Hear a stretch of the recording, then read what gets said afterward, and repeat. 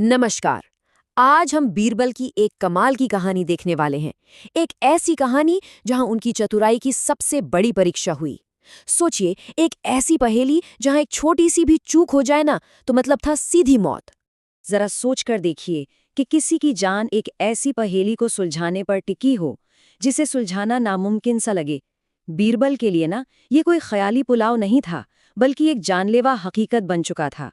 तो कहानी की शुरुआत होती है एक घने जंगल से, जहां पेड़ों के बीच से मदद के लिए एक पुकार उठ रही थी।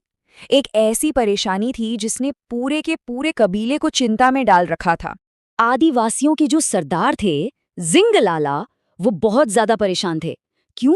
क्योंकि चोरों का एक गिरोह उनके जंगल से बेशकीमती चंदन की लकड़ी चुरा रहा था।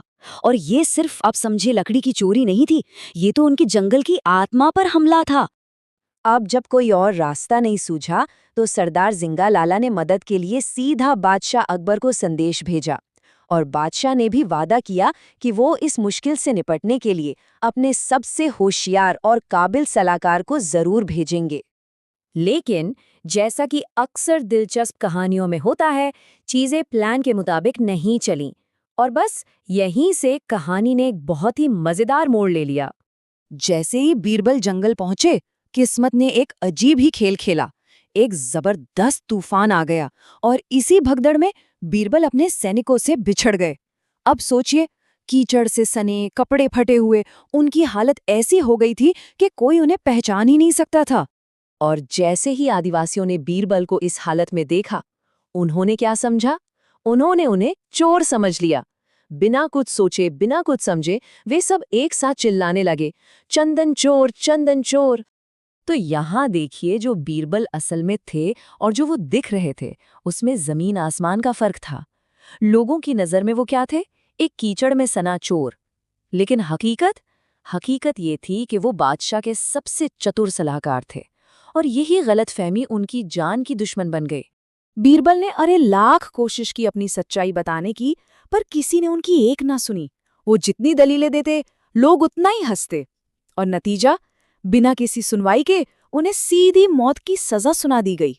अब बीरबल के पास अपनी पहचान और बेगुनाही साबित करने का बस एक ही रास्ता बचा था, और वो था एक नामुमकिन सी लगने वाली परीक्षा को पास करना। तो सरदार ने एक शर्त रखी। उन्होंने कहा, भाई, बीरबल की चतुराई के किस्से तो हमने भी बहुत सुने हैं। अगर तुम सच में बीरबल हो तो तुम्हें अपनी अकल का सबूत देना होगा। मतलब ये सीधी सीधी जान की बाजी थी। और चुनौती क्या थी? रेत और चीनी का एक मिश्रण।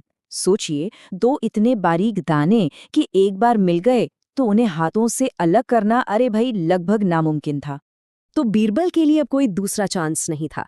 वो एक तरह से एक ऐसी पतली रस्सी पर चल रहे थे जहां जरा से भी चूक का मतलब सिर्फ एक ही था, मौत।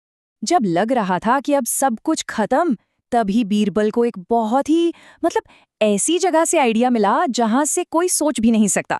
चलिए देखते हैं ये हुआ कैसे। बीरबल लगभग हार मान ही चुके थे कि तभी उनकी नजर जमीन पर रेंगती एक नन्ही सी चींटी पर पड़ी। और बस उसी एक पल में उन्हें अपनी इतनी बड़ी समस्या का एक छोटा सा, बहुत छोटा सा समाधान नजर आ गया। तो बीरबल ने बड़े आराम से एक कपड़ा मंगवाया और उस रेत चीनी के मिश्रण को उस पर फैला दिया। फिर सबसे कहा, बस थोड़ा इंतजार कीजिए। और कुछ ही देर में मानो जैसे कोई सेना आ रही हो, चींटियों की एक लंबी लाइन वहां पहुंच गई। और फिर क्या था? उन्होंने बड़ी मेहनत से चीनी का एक एक दाना उठाया और अपने साथ ले गईं। पीछे क्या बचा? सिर्फ साफ रेत। ये सल्यूशन जितना सिंपल था ना, उतना ही शानदार भी। बीरबल ने एक बार फिर अपनी अक्ल का लोहा मनवा लिया था। और ठीक उसी वक्त, बिल्कुल सही समय पर, जब बीरबल की बुद्धिमानी साबित हुई, बादशाह अकबर के सैनिक वहां आ पहुंचे। और उनके साथ कौन थे?